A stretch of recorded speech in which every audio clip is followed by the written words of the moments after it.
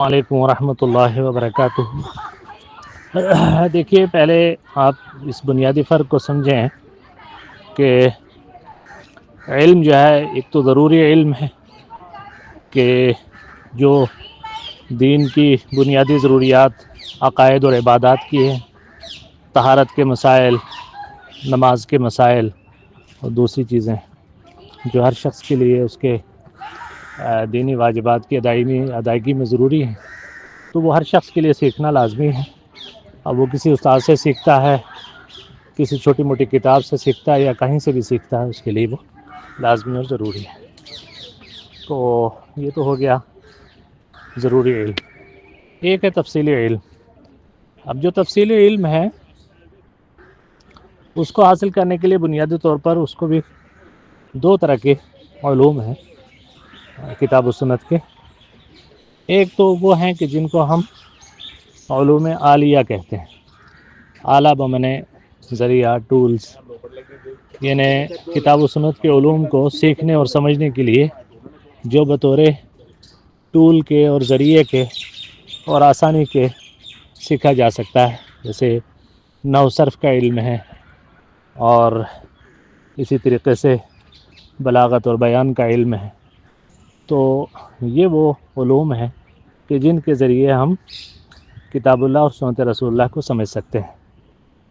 تو یہ علوم عالیہ کہتے ہیں، الف سے عالیہ، الف مدہ آ۔ اور دوسرا ہے علوم عالیہ عین سے، جو ظاہر ہے قرآن ہے اور حدیث ہے، اور جو اس کے متعلقات علوم ہیں وہ علوم عالیہ ہے۔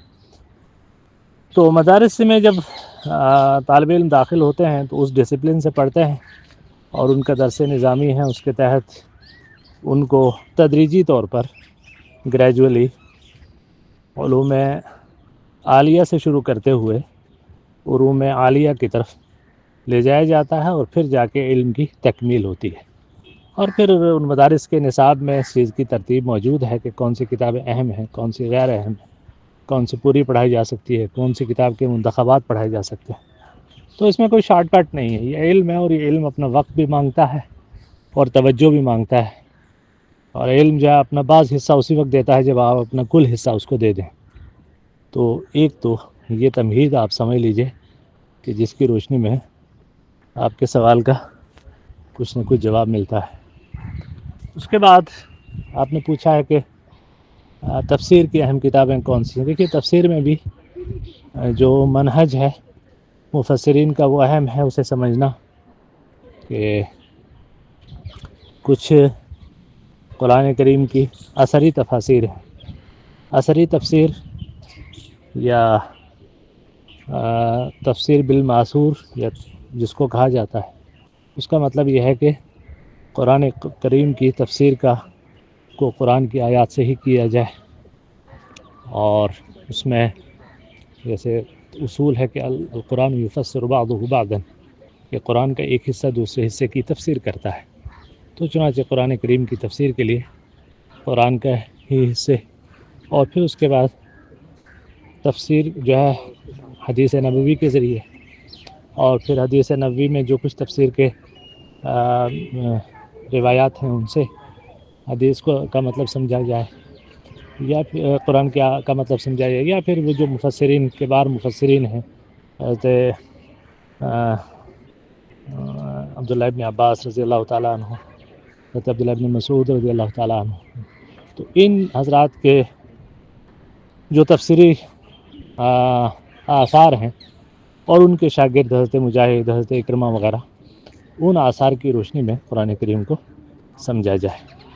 تو یہ جو تفسیر کا جو سب سے بہتر طریقہ ہے، اس ترتیب کے مطابق جو کتابیں لکھی گئی ہیں ان میں سب سے بڑا درجہ تفسیر طبری کا ہے، اور اس کے بعد تفسیر ابن کثیر ہے۔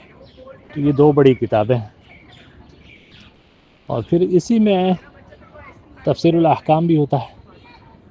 قرآن کریم کی جو آیات احکام ہیں ان کی تفسیر الگ سے کی گئی ہے، جیسے امام قرطبی کی تفسیر ہے، یا شیخ محمد الامین الشنقیطی رحمہ اللہ کی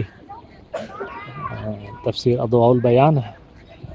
یا پھر سارے ہی اصحاب فقہ نے اپنے اپنے امتیازات کے مطابق جو ہے وہ تفسیریں کی. احکام القرآن جساس حنفی کی ہے، احکام القرآن ابن عربی المالکی کی ہے. تو اس طریقے سے اہل فقہ نے بھی اپنے فقہی مسلک کے مطابق جو ہے قرآن کریم کی تفسیریں کی ہیں.